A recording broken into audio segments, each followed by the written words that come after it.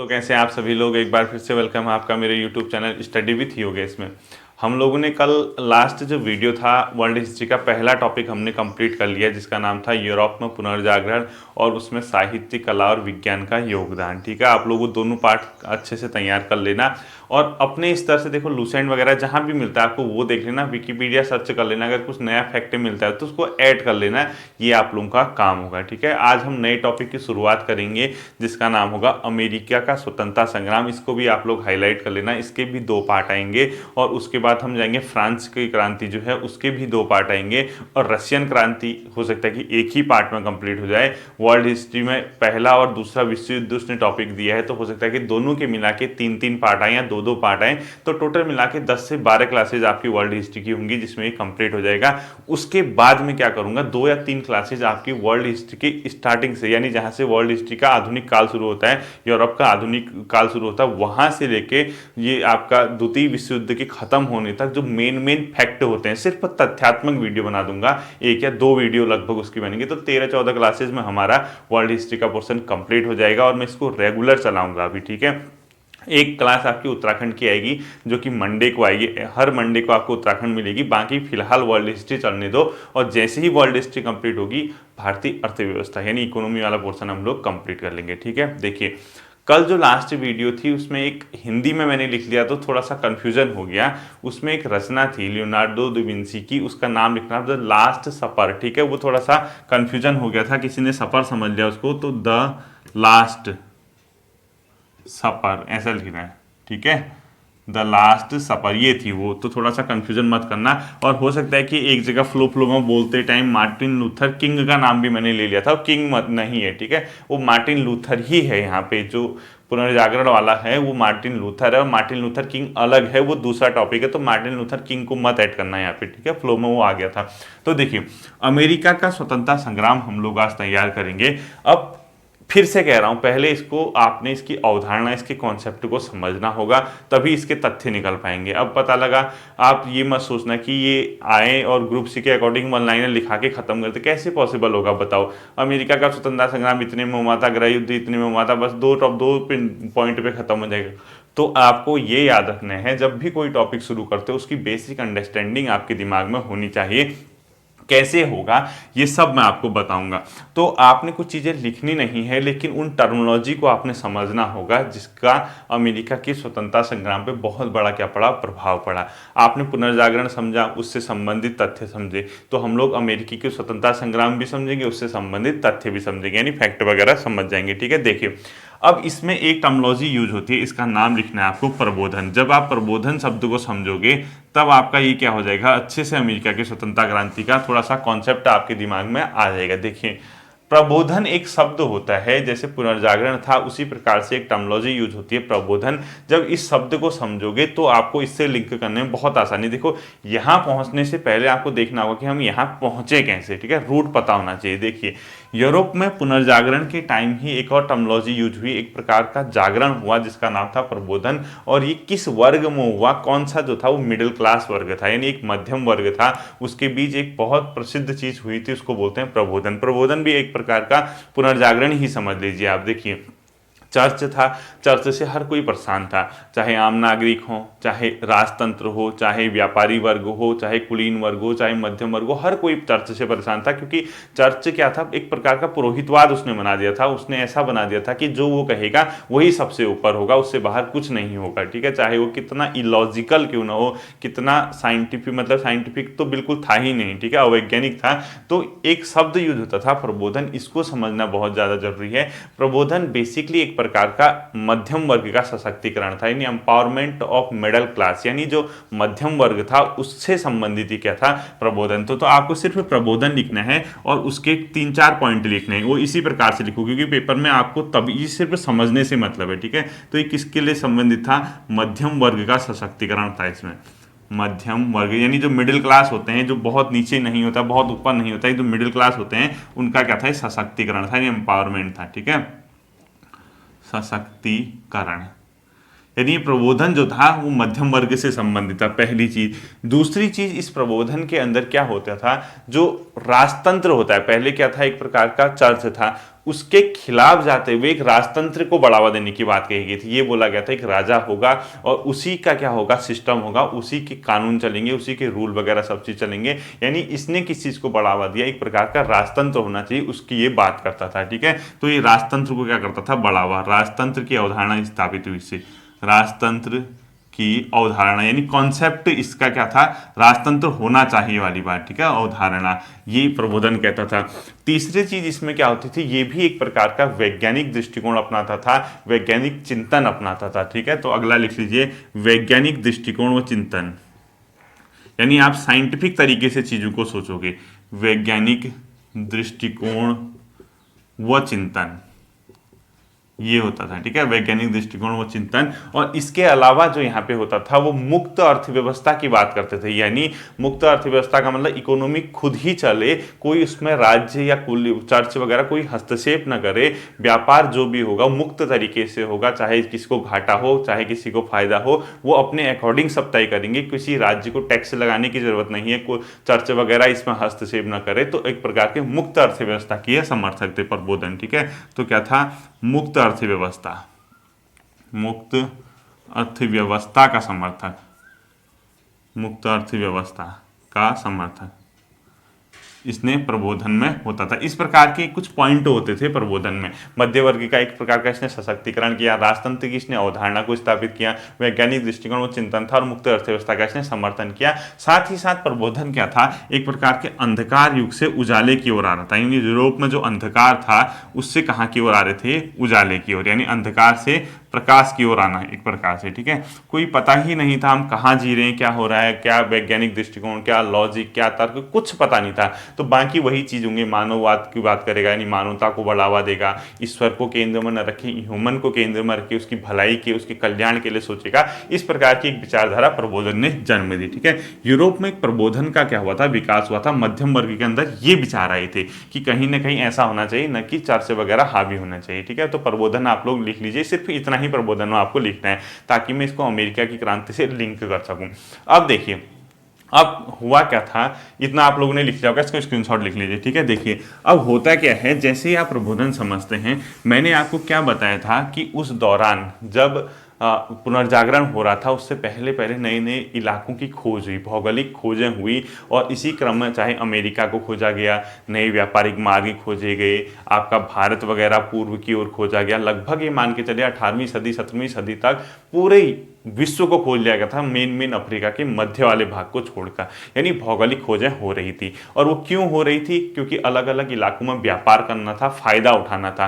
तो हर राष्ट्र ये चाह रहा था कि उसके अधिक से अधिक उपनिवेश बने। अब आप कहोगे सर उपनिवेश क्या होता है, भारत किसका उपनिवेश था, ब्रिटेन का। उपनिवेश एक प्रकार का कॉन्सेप्ट था, इसमें क्या होता है, जो मतलब जो स्ट्रॉन्ग कंट्री होती है, जो मजबूत कंट्री होती है, वो किसी दूसरे कंट्री के हावी होके उसका सारा शोषण अपने हित में करती है। जैसे ब्रिटेन ने भारत को अपना उपनिवेश बनाया, यानी एक प्रकार का गुलामी से, अभी आप लोग कॉन्सेप्ट समझ लीजिए, ज़्यादा परेशान होने की जरूरत नहीं है। तो नए नए भौगोलिक मार्गों की खोज हो रही थी, उसी क्रम में अमेरिका वगैरह सब खोजे गए थे। अब देखिए ये कैसे होता है, मैंने क्या बताया था, 1453 में क्या हुआ था, बहुत इंपॉर्टेंट सी थी, कुस्तुनतुनिया था, जो क्या था, कुस्तुनतुनिया। ठीक है, कुस्तुनतुनिया, यहाँ पे क्या हो गया था, किसने अटैक कर दिया था, तुर्कों का कब्जा हो गया, पर तुर्क कब्जा, ये तो आप मानते हैं। ठीक है, तुर्क का कब्जा हो गया था, तुर्कों ने इस इलाके को कब्जा कर लिया। तो जो व्यापार का मार्ग था वो अवरुद्ध हो गया, क्योंकि ये क्या था, सपोज ये यूरोप है, ये वाला पोर्शन,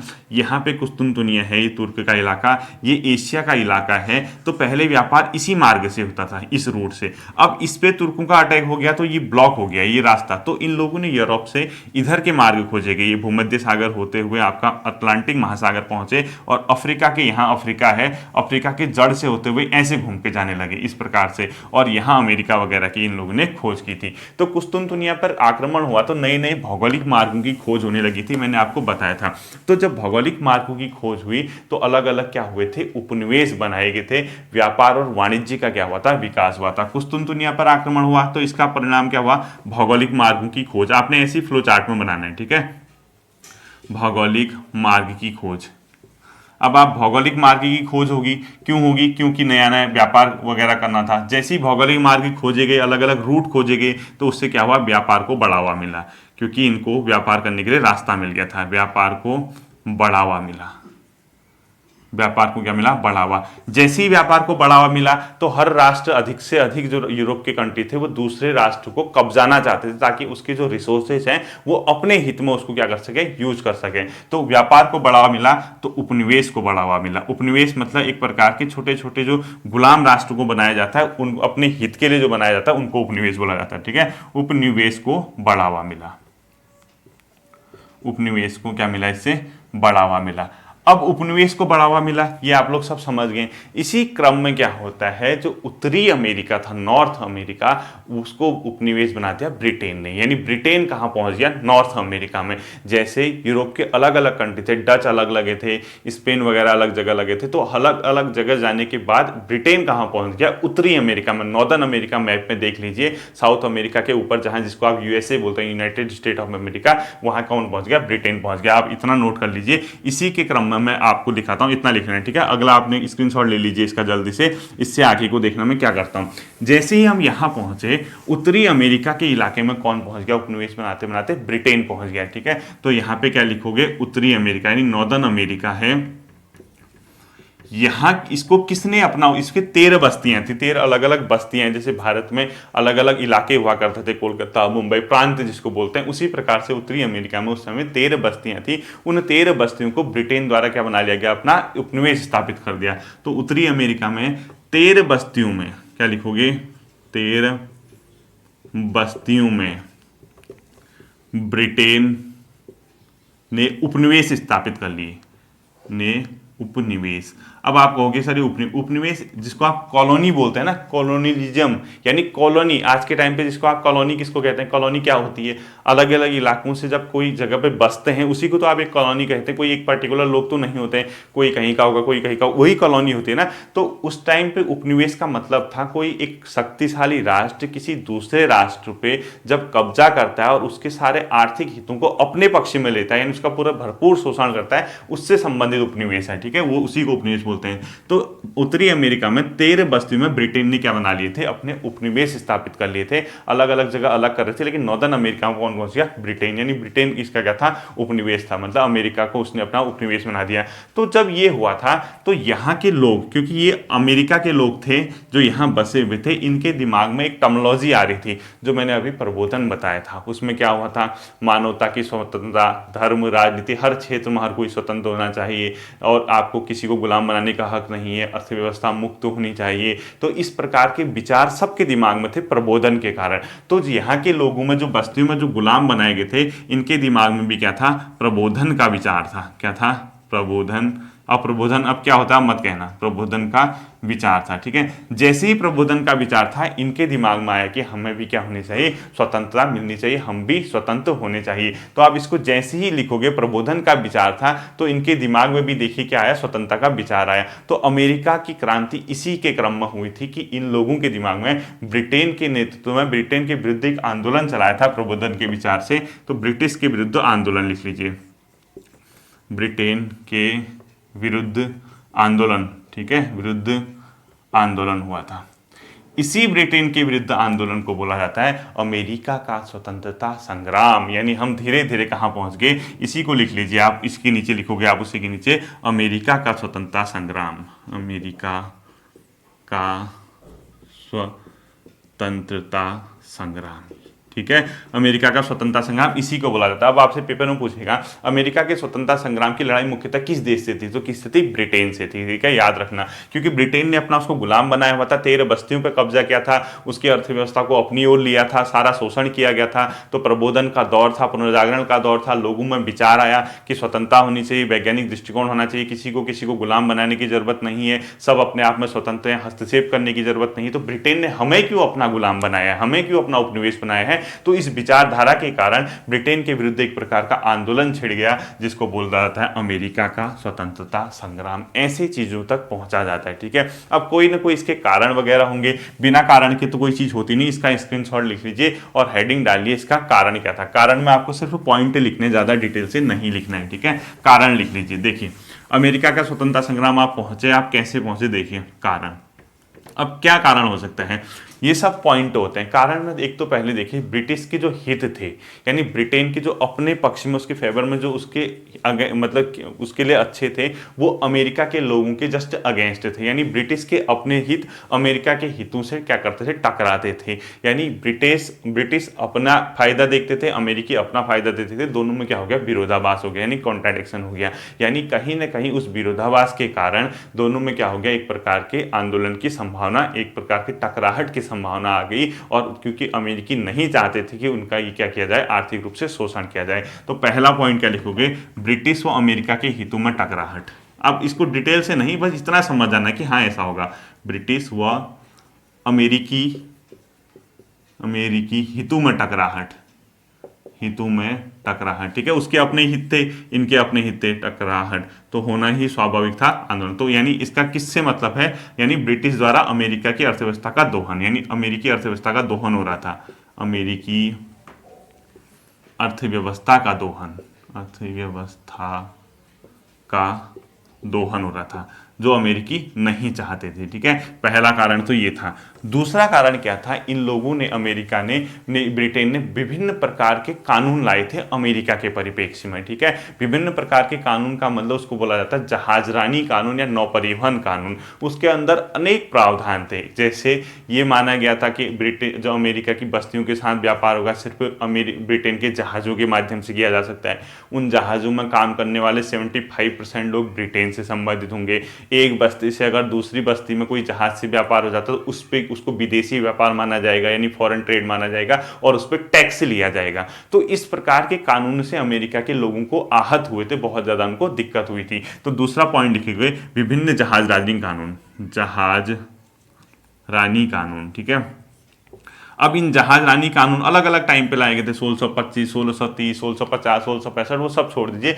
जहाज रानी कानूनों के अंदर क्या क्या था, जैसे क्या माना गया था, अमेरिका के साथ यानी अमेरिकी बस्तियों के साथ व्यापार सिर्फ ब्रिटिश जहाजों से हो सकता था, क्योंकि डच, पुर्तगाल इनके जहाज या स्पेन के जहाज, क्योंकि इसके क्या थे, ब्रिटेन के प्रतिद्वंदी थे इस परिप्रेक्ष्य में, फ्रांस वगैरह। तो इन जहाजों से मतलब सिर्फ अमेरिकी जहाजों से व्यापार किया, ब्रिटिश जहाजों से व्यापार हो सकता था। तो पहला पॉइंट लिख लीजिए, केवल ब्रिटिश जहाजों से व्यापार, केवल ब्रिटिश जहाज से व्यापार, जहाजों से व्यापार, ठीक है, जहाजों से व्यापार हो सकता था।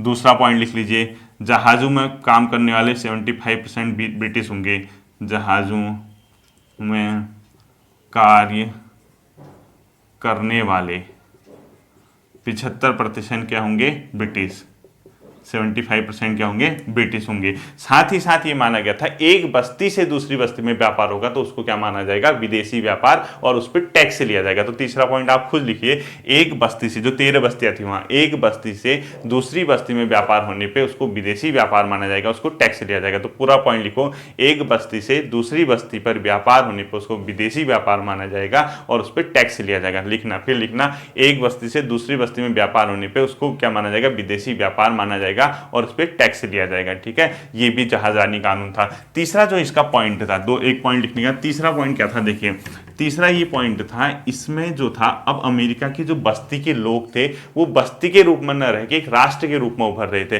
अब बताओ, कोई राष्ट्र बन रहा है, उसको गुलाम बनाया गया तो उनको हट होगा ही होगा। और ब्रिटिश कभी इस बात को स्वीकार नहीं कर रहे थे कि आप राष्ट्र हो। ब्रिटिश यही मानते थे कि आप क्या हो, एक बस्ती हो और आप पे हक, कानून मतलब राज करने का हक हमारा है। तो अगला लिखो, अमेरिकी अब बस्ती से राष्ट्र की ओर उभर रहे थे, राष्ट्र की ओर, और इसको राष्ट्र की ओर उभर रहे थे जिसे ब्रिटिश द्वारा स्वीकार नहीं किया जा रहा था, जिसे ब्रिटिश द्वारा स्वीकार नहीं किया जा रहा था, स्वीकार नहीं, क्योंकि वो उनकी आइडेंटिटी को मानने को तैयार ही नहीं थे कि वो इसको स्वीकार कर रहे हैं, ठीक है। और लास्ट पॉइंट लिखना, कुछ लोगों के अपने हित भी थे। तो लास्ट पॉइंट भी लिख लीजिए, देखिए पॉइंट क्या लिखना है, कुछ इस तरह चौथा पॉइंट लिख लीजिए कि कुछ लोगों के अपने हित जुड़े थे, यानी वो चाहते थे कि क्रांति हो। इसमें कौन लोग होंगे, जैसे व्यापारी लोग होंगे। व्यापारी लोग चाहते थे अमेरिकी व्यापारी की क्रांति हो और व्यापार करने का हम हक हमें, क्योंकि ब्रिटिश उनसे फालतू का टैक्स ले रहे थे। इसके अलावा जो राजनीतिक थे, यानी जो राजनेता थे, वो चाहते थे कि क्रांति हो और हम स्वतंत्र हों और हमारे देश में हम ही राज करें। इसके अलावा विभिन्न प्रकार के छात्र हो गए, बुद्धिजीवी हो गए, ये भी चाहते थे कि कहीं ना कहीं क्रांति हो ताकि ये अपने देश में स्वतंत्र रूप से शासन कराने में सफल हो सकें। ठीक है, तो ये 4 पॉइंट ऐसे हैं जिसके कारण आप मान सकते हैं कि ब्रिटेन के द्वारा यहाँ पे अमेरिका की में क्रांति होनी थी ब्रिटिश के खिलाफ। तो इसका सबसे प्रमुख तात्कालिक कारण था, वो मैं आपको बताऊंगा। तो आप इन पॉइंट को लिखो और चौथा पॉइंट भी लिख लेना, कुछ लोगों के अपने इसमें व्यक्तिगत हित जुड़े थे, जैसे व्यापारी और इसके अलावा छात्र वर्ग, राजनेता और कुछ तस्कर भी थे, क्योंकि ब्रिटिश ने एक तस्करी कानून लाया था कि आप तस्करी नहीं कर सकते हैं, तस्करी करोगे तो आपको सजा भुगतनी पड़ेगी। तो वो फालतू का यानी ब्लैक काम नहीं कर सकते थे, तो वो भी चाहते थे कि क्रांति हो और हम इसको मौका मिल सके, हम राष्ट्र जब स्वतंत्र होंगे। ठीक है, ये कारण वगैरह थे, इतना आपको पता होना चाहिए। अब मोस्ट इंपोर्टेंट करता अमेरिका की क्रांति के तात्कालिक कारण, उसको लिख लो हेडिंग डालनी है, तात्कालिक कारण यानी सडन क्या कॉज था कि अमेरिका में क्रांति हो गई। ठीक है, अब पहले तो इतना याद रखना, इतना परेशान होने की ज़रूरत नहीं है कि सर फैक्ट ही फैक्ट करा दो सर बिना समझाए, ये पॉसिबल नहीं है, खासकर मेरे साथ। मैं उन लोगों में से नहीं हूं जो सिर्फ आपको वन लाइनर लिखा के जाओ, रोबोट बना के पेपर में भेज दूं। मैं चाहता हूं कि आपके अंदर एक कॉन्सेप्ट डेवलप हो, उसके बाद आप किसी भी बुक को पढ़ो इस टॉपिक के रिगार्डिंग, आपको सीधे समझ में आ जाएगा। क्या है यार बताइए, फैक्ट ही तो है, फैक्ट तो आप कहीं से भी नोट कर लेंगे, कहाँ नहीं मिल जाता बताओ। कॉन्सेप्ट समझना ज़्यादा बेटर होता है, यानी आपके अंदर अगर कॉन्सेप्ट की समझ हो ना, फैक्ट को क्या है, फैक्ट तो इन्फॉर्मेशन है, फैक्ट के माध्यम से किसी का ज्ञान नहीं झलकता। पहले याद रखना, आपको कितना आता है वो सिर्फ फैक्ट नहीं, आपका एग्जाम भले ही निकल जाए, आपका नॉलेज कभी भी फैक्ट नहीं दर्शाएगा। आपके अंदर कॉन्सेप्ट है तो आपका नॉलेज वही है, क्योंकि फैक्ट क्या है, इन्फॉर्मेशन है। अब भाई तेरे को कोई सूचना है तो बढ़िया है, मुझे कोई नहीं है तो कोई बात नहीं, तो ये चलता रहता है। ठीक है, इसीलिए मैं क्या करता हूँ, पहले आपको समझाता हूँ। देखिए, अब आज का होमवर्क टॉपिक भी भूल गया था मैं, आज आपको पार्लियामेंट करना है। ठीक है, भारतीय संसद का टॉपिक शुरू करना है, लोकसभा और राज्यसभा दोनों को अच्छे से तैयार कर लेना। लोकसभा कैसे बनती है, कितने मेंबर होते हैं, कितने इसमें निर्वाचित होते हैं, कितने मनोनीत होते हैं। राज्यसभा का भी ऐसे करना, किन आर्टिकल में है, इनके सदस्यों का चुनाव कैसे होता है, इसकी अध्यक्षता कौन करता है, फैक्ट के रूप में आपको तैयार रखना है। ठीक है, देखिए तात्कालिक कारण क्या था, ब्रिटिश के तो 13 मतलब अमेरिका की जो 13 बस्तियां थी, आप ये मानते हो कि ब्रिटेन के गुलाम हो चुके थे। तो ब्रिटिश में एक सरकार थी जिसको बोलते हैं, वहां का प्रधानमंत्री उसमें ग्रेन विले था। ग्रेन विले की सरकार ने क्या कर दिया, नौ परिवहन यानी जो जहाजरानी कानून होते जो अभी बताया, इसको बहुत कड़ाई से लागू करना शुरू कर दिया, क्योंकि उनको ये लग रहा था कि अब हमें जितना हम पैसा लगा रहे हैं अमेरिका से हमें उतना मिल नहीं रहा, क्योंकि ये अदर जगह से भी हो सकता है कि व्यापार कर रहे हैं या कुछ कर रहे हैं। तो उसने कड़ाई से लागू कर दिया और टैक्स सिस्टम को उसने जोड़ तोड़ के उसमें क्या कर दिया, लागू कर दिया। तो इसमें क्या करते हैं, तात्कालिक कारण में ब्रिटिश सरकार, ब्रिटेन की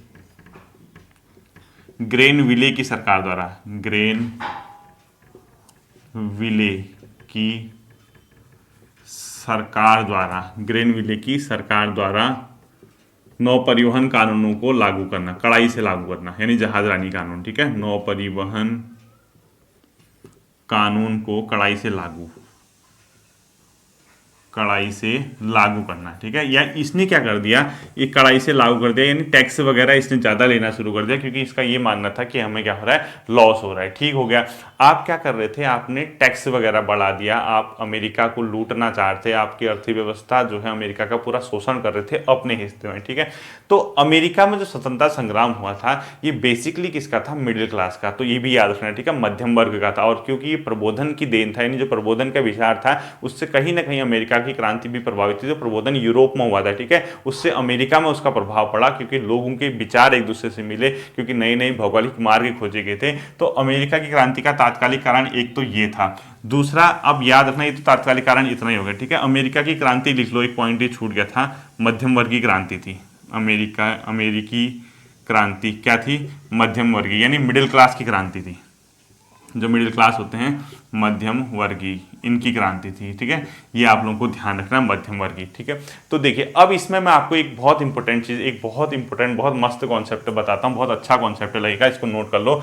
इन लोगों ने क्या किया, जैसे ही टैक्स वगैरह लगाना ज़्यादा शुरू कर दिया, और इधर आंतरिक व्यापार पे, वैसे टैक्स किस पे लगता है जनरली, जो विदेशी व्यापार होता है, यानी एक देश से दूसरे देश में। अब ब्रिटिश ने क्या कर दिया, आंतरिक बस्तियों पे ही टैक्स लगा दिया और उसको ये मान दिया कि ये विदेशी व्यापार है। अब कितना उनको गुस्सा आता होगा, सोचो अगर उत्तराखंड और उत्तर प्रदेश के बीच व्यापार होता है और उस एक राज्य से दूसरे राज्य की सीमा में एंटर करने में उसको विदेशी व्यापार माना जाए और टैक्स एक विदेशी राज्य की तरह लिया जाए, तो सोचो इस राज्यों पे कैसी बीतेगी। ठीक है, क्योंकि इनको अपने देश में ही विदेशियों की तरह व्यवहार किया जा रहा है। तो वही अमेरिका के साथ भी हुआ था। तो अमेरिका के लोगों ने एक बैठक की न्यूयॉर्क में और उसमें एक बहुत बड़ा नारा दिया जो कि आज भी विश्व में प्रचलित है और बहुत बड़ी देन है। तो हो सकता है कि क्वेश्चन आपसे ये पूछ दे, प्रतिनिधित्व के बिना कर नहीं की देन किस देश की, यानी नो टैक्सेशन विदाउट रिप्रेजेंटेशन। यदि अगर आप हमें प्रतिनिधित्व नहीं देते हैं अपनी पार्लियामेंट में जहां से आपके कानून बनते हैं, वहां अगर हमारे लोग नहीं पहुंचते हैं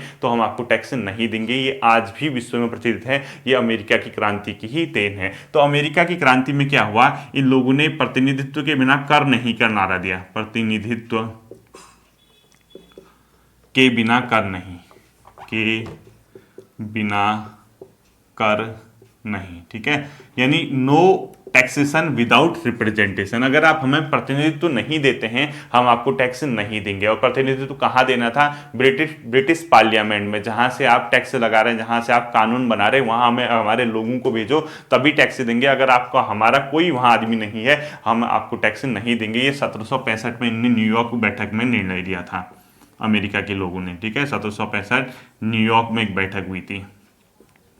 और आज भी देखना आप, भारत के जब स्वतंत्रता संग्राम पढ़ाऊंगा वहां पे भी भारत ने ब्रिटिश के खिलाफ यही बोला था, नो टैक्सेशन विदाउट रिप्रेजेंटेशन। और ये क्यों, किस परिप्रेक्ष्य में दिया था, ब्रिटिश द्वारा टैक्स लगाने पर। ठीक है, ब्रिटिश द्वारा आंतरिक टैक्स लगाने के उपरांत, ब्रिटिश द्वारा आंतरिक टैक्स लगाने पर, आंतरिक टैक्स लगाने पर। तो यानी कहीं ना कहीं होने क्या लग गया था, जब पैसे का मामला आ गया था, ब्रिटिश को भी लगने लग गया था कि यार ये लोग अब टैक्स वगैरह के लिए खिलाफ उठ गए हैं, हमारे खिलाफ आवाज उठाने लग गए।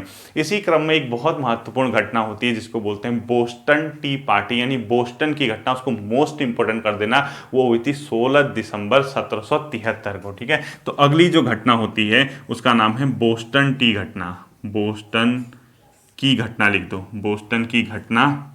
और इसी को प्रचलित रूप में बोलते हैं बोस्टन टी पार्टी। क्या बोलते हैं इसको, बोस्टन टी पार्टी। ये बहुत इंपॉर्टेंट है, इसको इंपॉर्टेंट कर देना, हो सकता है कि क्वेश्चन यही बन जाए। ये घटना होती है बोस्टन की घटना, जिसको बोलते हैं, बोस्टन एक शहर है अमेरिका में। ठीक है, बोस्टन की घटना है, बोस्टन टी पार्टी। ये होती है आपका 1773 में, और डेट है इसकी 16 दिसंबर 1773, 16 दिसंबर 1773। इसमें एक बोस्टन की घटना होती है जिसको बोस्टन टी पार्टी, टी का मतलब चाय से है। ठीक है, इसमें क्या किया था, जो अमेरिका के क्रांतिकारी थे उनने ब्रिटिश जहाजों में घुस के उनके जो चाय की पेटियां थी वो समुद्र में फेंक दी। यानी अमेरिकी क्रांतिकारियों द्वारा, इसमें पॉइंट लिख लेना, अमेरिकी क्रांतिकारियों द्वारा, खुद ही लिखोगे, अमेरिकी क्रांतिकारियों द्वारा ब्रिटिश जहाजों से चाय की पेटियां समुद्र में फेंक दी गई। पूरा लिखना, ब्रिटिश क्रांतिकारियों द्वारा अमेरिकी जहाज, मतलब अमेरिकी क्रांतिकारियों द्वारा ब्रिटिश जहाजों से क्या कर दिया गया था, चाय की पेटियों को समुद्र में फेंक दिया गया। इसी घटना को बोलते हैं बोस्टन की घटना, बोस्टन टी पार्टी, जो कि अमेरिकी की स्वतंत्रता संग्राम की बहुत महत्वपूर्ण घटना थी। आपके एग्जाम की दृष्टि से ये क्वेश्चन पूछेगा, अमेरिका की स्वतंत्रता संग्राम का तात्कालिक कारण क्या था। अगर ये नहीं पूछेगा, ऊपर वाला जो क्वेश्चन मैंने पहले बताया तो इसको लिख लेना, तात्कालिक कारण में ये वाला क्वेश्चन पूछ सकता है कि तात्कालिक कारण क्या था, वो थी बोस्टन की घटना, और कब हुई थी ये पूछता है। ठीक है, अब देखिए हो क्या रहा था, जैसे ही बोस्टन की घटना होती है उसके तुरंत बाद वहाँ पे एक आपने सुना होगा वाशिंगटन का नाम, जॉर्ज वाशिंगटन का नाम आपने सुना होगा। जॉर्ज वाशिंगटन ने क्या किया, बहुत चालाकी से अपने आप को, अपने नेतृत्व में अमेरिका को स्वतंत्र घोषित कर दिया। जैसे ही कोई राष्ट्र खुद को स्वतंत्र घोषित करेगा तो उस टाइम जो जिसका वो गुलाम था वो बैकफुट में आ जाता है, और कौन, जो विदेशी सहायता होती है उसको मिल सकती है। यानी अगर भारत अगर अपने आप को स्वतंत्र घोषित करता है तो हो सकता है कि भारत किसी दूसरे देश से सहायता ले, लेकिन अगर भारत किसी का गुलाम है तो वो गुलाम जिसका है वो राष्ट्र दूसरे राष्ट्र को बीच में नहीं आने देगा। तो इनने क्या किया, तुरंत 17 जुलाई 1776 में अमेरिका को स्वतंत्र घोषित कर दिया। यानी आप अगले हेडिंग लिखोगे, मतलब हेडिंग नहीं, पॉइंट, 4 जुलाई 1776 को अमेरिका ने स्वयं को स्वतंत्र घोषित कर दिया। ये मोस्ट इंपोर्टेंट है। 4 जुलाई 1776। इसमें क्या घटना हुई थी, इसको लिखो, अमेरिकी द्वारा यानी अमेरिका द्वारा स्वतंत्रता की घोषणा कर दी गई थी। क्या कर दी गई थी? अमेरिका द्वारा स्वतंत्रता की घोषणा, स्वतंत्रता की घोषणा। अब स्वतंत्रता की घोषणा क्यों की इसने? क्योंकि वो चाहता था कि हम स्वतंत्रता की घोषणा करें तो हमें विदेशी सहायता मिल जाएगी, क्योंकि गुलाम राष्ट्र के हम, अब वो ये बताना चाहते हैं हम किसी के गुलाम नहीं है, अगर आप बाहर से आना चाहें हमारी सहायता कर सकें। और इनकी सहायता कौन करेगा? फ्रांस करेगा, स्पेन करेगा, क्योंकि उस टाइम अलग अलग उपनिवेशों को कब्जाने की होड़ मची थी, ब्रिटिश के प्रतिद्वंदी थे, तो ये चाह रहे थे कि अगर हम स्वतंत्र घोषित कर दें खुद को तो फ्रांस वगैरह हमारी हेल्प करेंगे। तो उसी क्रम में आपने देखा होगा ब्रिटिश के प्रतिद्वंदी फ्रांस वगैरह, भारत में भी देखा होगा आपने, ब्रिटेन और फ्रांस एक दूसरे के प्रतिद्वंदी थे। आपने स्टार्टिंग में जब ब्रिटिश यहाँ पे रूल करने आए तो फ्रांसीसियों के साथ उनकी टकराहट इसीलिए होती थी, वो अमेरिका में भी एक दूसरे के दुश्मन थे। ठीक है, तो 4 जुलाई 1776 को स्वतंत्रता की घोषणा कर दी, और किसके नेतृत्व में की? उनका नाम था जॉर्ज वाशिंगटन के नेतृत्व में, जॉर्ज वाशिंगटन के नेतृत्व में। ठीक है, के नेतृत्व यानी उनकी लीडरशिप में क्या कर दी? स्वतंत्रता की घोषणा कर दी। ताकि क्यों मिल सके स्वतंत्रता की घोषणा? विदेशी सहायता पाने हेतु। अब आपका कॉन्सेप्ट समझ आ गया कि विदेशी सहायता का क्या है इसके पीछे। ये क्वेश्चन बहुत आता है। ठीक है, विदेशी सहायता हेतु, ये वाले याद रखना कि स्वतंत्रता की घोषणा कब की थी इसको।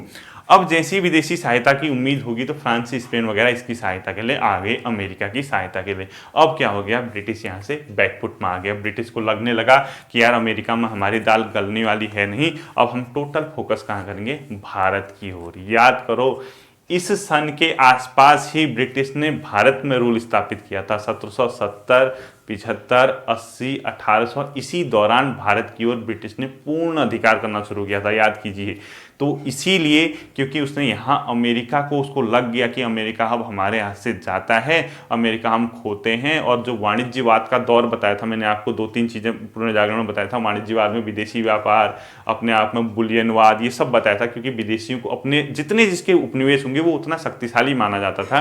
तो ब्रिटिश ने यहाँ से अमेरिका को खो दिया, और इसी दौरान क्या होने लग गया था? ब्रिटिश का भारत की ओर फोकस होने लग गया था। और इसी के क्रम में अगली घटना होती है 1781 में, और यॉर्क टाउन नाम का एक शहर था, उस शहर में ब्रिटिश ने आत्मसमर्पण कर दिया, यानी समर्पण कर दिया उसने। ठीक है, तो अगला पॉइंट लिखोगे 1781 डैश, यॉर्क टाउन में ब्रिटिश का समर्पण, यॉर्क टाउन में ब्रिटिश समर्पण, ब्रिटिश समर्पण, यानी ब्रिटिश ने यहाँ अपने आप का क्या कर दिया? समर्पण कर दिया। यानी उसको ये लग गया कि अब हमारे यहाँ कुछ नहीं हो सकता, और वो हम भारत की ओर, चीन की ओर क्या करें? फोकस करें। और समर्पण करने वाला जो सैन्य अधिकारी था, उन भाई साहब का नाम था लॉर्ड कॉर्नवालिस, जिनको बाद में ब्रिटिश से फिर भारत में भेजा गया। याद करना, लॉर्ड कॉर्नवालिस का टाइम पीरियड क्या था? एक सैन्य छवि का था, इसीलिए भारत में पुलिस व्यवस्था का जन्मदाता, पुलिस थानों का जन्मदाता, और उसका जो बैकग्राउंड था कृषि वगैरह, क्योंकि यहाँ अच्छी खासी मात्रा में जो अमेरिका में चाय और तंबाकू, चीनी और तंबाकू वगैरह का उत्पादन होता था, वो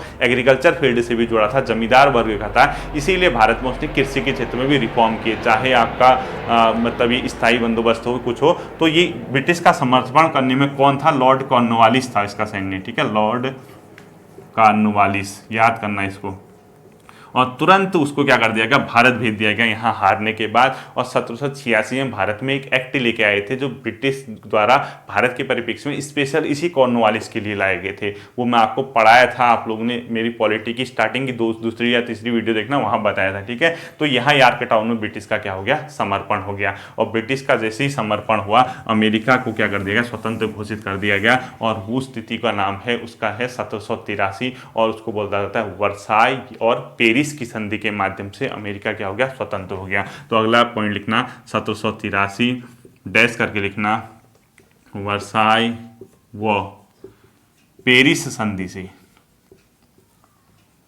पेरिस संधि से अमेरिका क्या हो गया? स्वतंत्र हो गया। अमेरिका क्या हो गया? स्वतंत्र हो गया। ठीक है, ये है क्वेश्चन। अब क्वेश्चन पूछ देगा पेपर में कि किस संधि के माध्यम से अमेरिका स्वतंत्र हुआ? लगाया ना पेरिस संधि। क्या दिक्कत है बताओ? इतने होशियार हो, अब तो बेहोशी का आलम आपका है ही नहीं। बेहोश तो वो होंगे जो आपको आपकी टांग खींचते हैं, आपको आगे नहीं बढ़ने देना चाहते हैं। अब उनको क्या पता कि आप स्टडी विद योगेश के यूट्यूब चैनल से पढ़ रहे हैं। उसने आपको अमेरिका घुमा दिया, उसने आपको ब्रिटेन घुमा दिया, उसने आपको यूरोप के पुनर्जागरण को समझा दिया। इसका दूसरा पार्ट भी आएगा। नहीं बेहोश हो गए, अब तो आपके मौज के दिन है, आपको मस्त रहने के दिन है, मेहनत करने के दिन है। 1783 में वर्साई व पेरिस संधि से अमेरिका क्या हो गया, स्वतंत्र हो गया। 4 जुलाई 1776 को इसने घोषणा की थी स्वतंत्रता की, और 1781 में यॉर्क टाउन में ब्रिटिश ने समर्पण किया। 16 दिसंबर 1773 में बोस्टन की घटना होती है। न्यूयॉर्क में प्रतिनिधित्व के बिना कर नहीं की घटना होती है। इसके बाद अमेरिका का संविधान, अमेरिका का गृह युद्ध देखेंगे। कल हमारा ये टॉपिक भी कंप्लीट हो जाएगा। इसी के साथ पिछले 2 क्लासेस मतलब 4 दिनों में हमारे 2 वर्ल्ड हिस्ट्री के टॉपिक कंप्लीट होते हैं। फिर मिलता हूँ आपके साथ अगले सेशन में। इसको नोट कर लीजिए, स्क्रीनशॉट ले लीजिए। ध्यान रखिए, कोविड का टाइम है, घर से कम जाइए बाहर, अपना ध्यान रखना है। ठीक है, थैंक यू।